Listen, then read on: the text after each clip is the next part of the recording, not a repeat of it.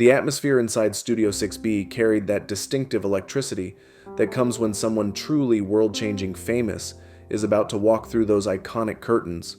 Not just celebrity famous, but someone whose work extends far beyond entertainment into genuine humanitarian impact. The Roots played something sophisticated and welcoming. Jimmy Fallon stood behind his desk with an expression, mixing his usual energy with deeper respect, and the New York City skyline glittered through the massive windows. Tonight's guest was Angelina Jolie, the Oscar-winning actress whose career had long transcended movie stardom to become a global humanitarian force whose work with refugees had taken her to some of the most dangerous corners of the planet. She walked out with that unmistakable presence very few people possess. Not manufactured charisma, but the authentic authority of someone who has witnessed genuine suffering and chosen to dedicate substantial portions of her life to alleviating it. Simple, elegant black dress, dark hair pulled back, drawing attention to those famous features, but suggesting someone who had more important things to think about than appearance. The audience rose immediately, their applause carrying genuine admiration rather than just fan enthusiasm, recognizing they were in the presence of someone who used her platform for purposes beyond personal enrichment.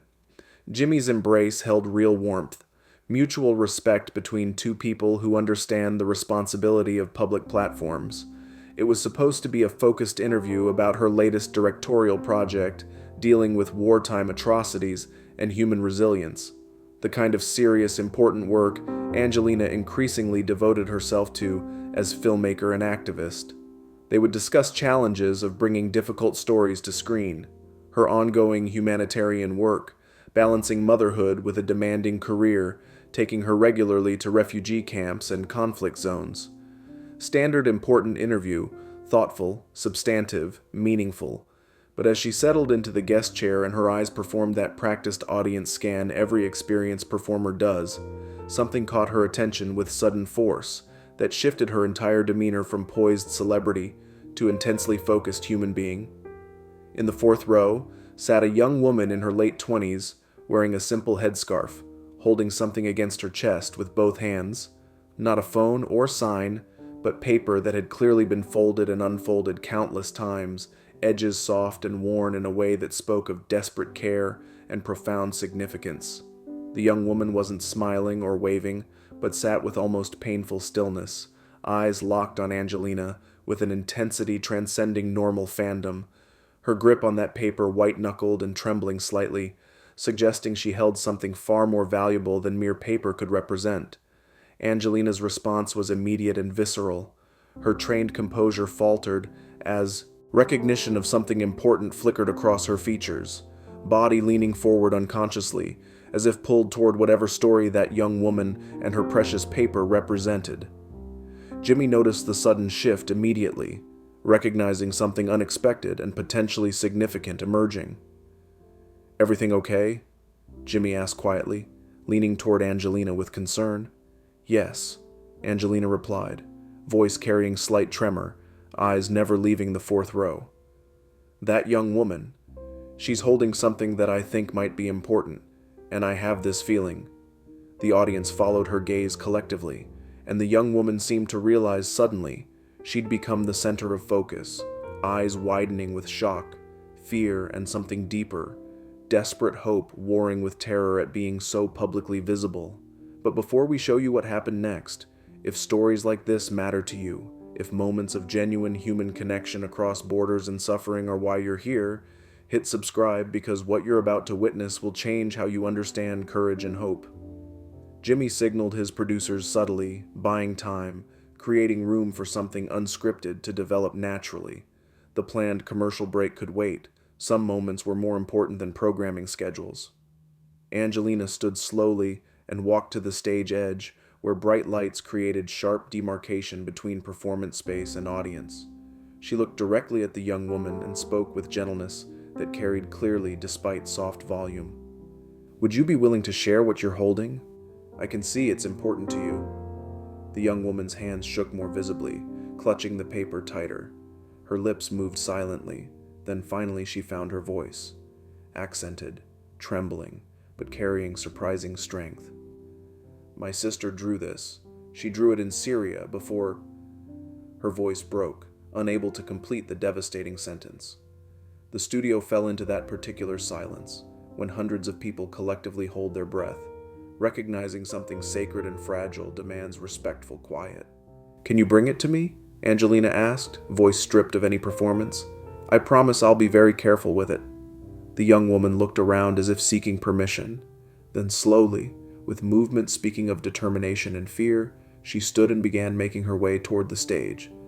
Her steps were careful and measured, one hand clutching the paper, while the other steadied herself against seat armrests, as if walking toward Angelina while being watched required more courage than her body wanted to provide. Security tensed reflexively, but Jimmy raised his hand firmly in a gesture communicating clear permission and trust. The young woman reached the stage edge, trembling, looking up at Angelina with eyes holding equal parts hope and terror, then with infinite care held out the paper she'd been protecting so fiercely. Angelina knelt at the stage edge, bringing herself to eye level, eliminating physical and symbolic height difference between global celebrity and refugee, between powerful and powerless. She took the paper slowly and carefully, telegraphing respect for whatever this represented.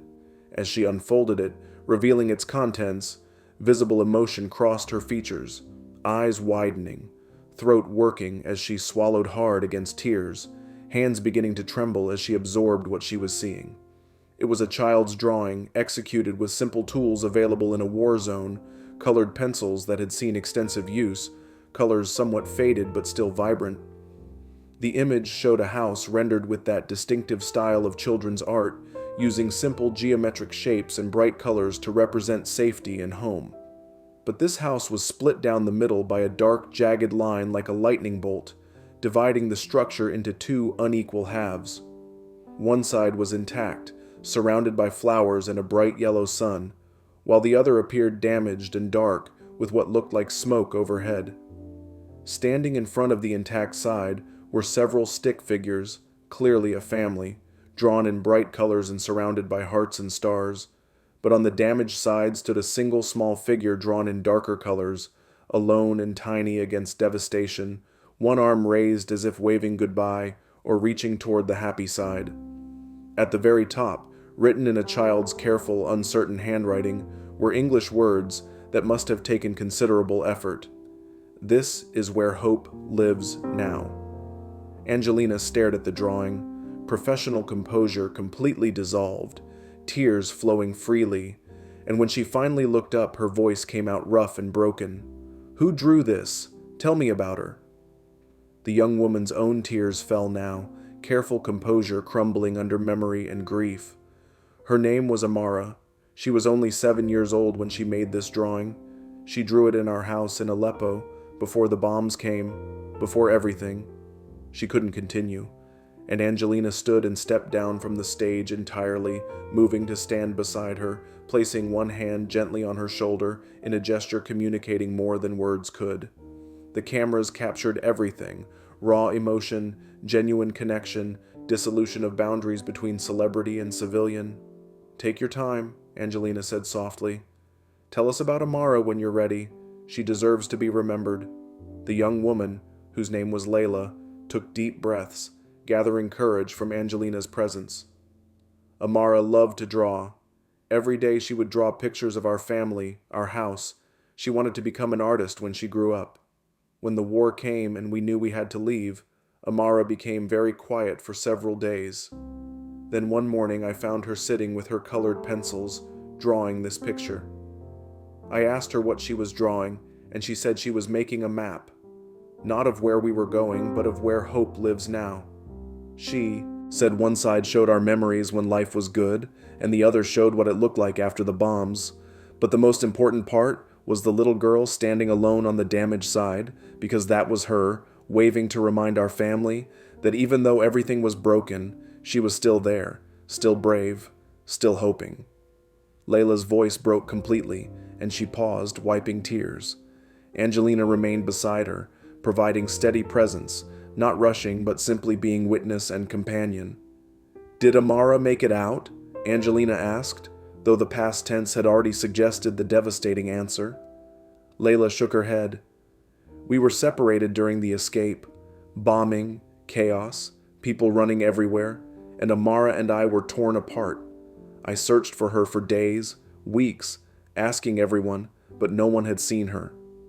Fresh tears fell as Layla relived the nightmare. 3 months later, aid workers found me in a refugee camp in Turkey and told me they had located Amara. She had been injured in the bombing, had died in a hospital before anyone could find her family. But the nurses said she had been holding something when she died, had refused to let go even when unconscious, and they kept it safe in case family was ever found. Layla looked at the drawing in Angelina's hands. That was this picture. Amara held on to it through everything. The bombing, the injury, the hospital, her final hours. She held on to her map of hope even when she had nothing else left. The studio remained locked in profound silence, hundreds confronting the unbearable reality of a 7-year-old dying alone while clutching a drawing meant to preserve hope. Angelina was openly weeping now, no longer composed celebrity, but simply another human confronting the specific individual face of suffering that statistics fail to capture. She looked at the drawing again, then back at Layla. "Why did you bring this here tonight?" Layla took another breath. "Because you came to the camps. You came to places like where I was, where Amara and I were trying to survive, and you talked to people like us, refugees that most of the world wants to ignore. You used your voice to tell our stories when no one else would listen. When I heard you were going to be on this show, I knew I had to come, had to show you Amara's drawing, because she drew this map of hope, but never got to see hope realized." Her voice grew stronger. "But I made it out. I'm here now, in America, trying to build the life Amara dreamed we would have. And I wanted you to see this drawing and know that even in the worst circumstances, even when children are dying alone far from home, they don't give up hoping. They don't stop believing safety and family and love still exist. Amara held on to hope until her last breath, and I need the world to know that, to understand what that means." Angelina carefully folded the drawing, restoring it to the shape Layla carried it in, then did something unexpected. She handed it back. "This belongs with you. This is your sister's legacy and your family's treasure, and I won't take that from you. But I want to ask your permission to do something else." Layla looked confused, and Angelina continued. "I want to have this drawing reproduced, professionally, carefully, preserving every detail, and I want to use it in my humanitarian work, in presentations to governments and organizations that have power to help refugees but need to understand the human reality behind statistics.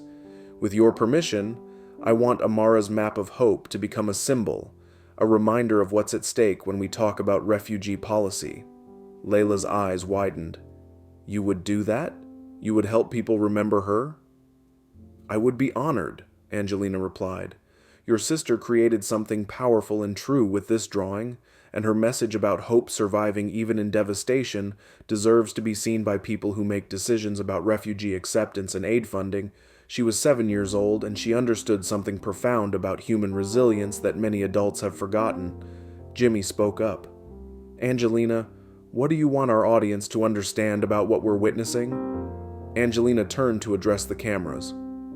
"I want people to understand that every refugee has a story like Layla and Amara's. Every single one. They're not statistics or policy problems or threats. They're human beings who have survived unimaginable loss and trauma, and many are children who deserve the same safety and opportunities our own children enjoy without thinking about it." Her voice grew passionate. "Amara was 7 when she died holding this drawing in a hospital far from home, but she could have been any of our daughters or sisters. The only difference between her fate and theirs is the accident of where they happened to be born. And when we turn away refugees, when we close borders or delay aid, we're making choices about which children get to live and which children die alone, and I don't know how anyone can look at this drawing and still think that's acceptable." She held up the drawing for the cameras. "This is where hope lives now." That's what Amara wrote, and she was trying to tell us something important. Hope lives in the children who survive, in the families who make it to safety, in the people who reach across borders to help strangers. But hope dies when we look at suffering and choose indifference, when we prioritize our own comfort over other people's survival. The audience erupted into applause. Not entertained applause, but deeply moved response of people confronting uncomfortable truths. Angelina wrapped her arms around Layla, holding her for a long moment, and when they separated, both were crying but somehow strengthened by the connection and promise of keeping Amara's memory meaningful. The video went viral within hours, watched by millions who found themselves confronting the specific human reality of the refugee crisis in ways statistics never quite manage. Angelina kept her promise. Amara's drawing was professionally reproduced and began appearing in her presentations and advocacy work, becoming a powerful symbol of hope, persisting even in devastation. Layla and Angelina developed ongoing connection, and Angelina quietly helped Layla access resources for trauma counseling and educational opportunities as she built her new life.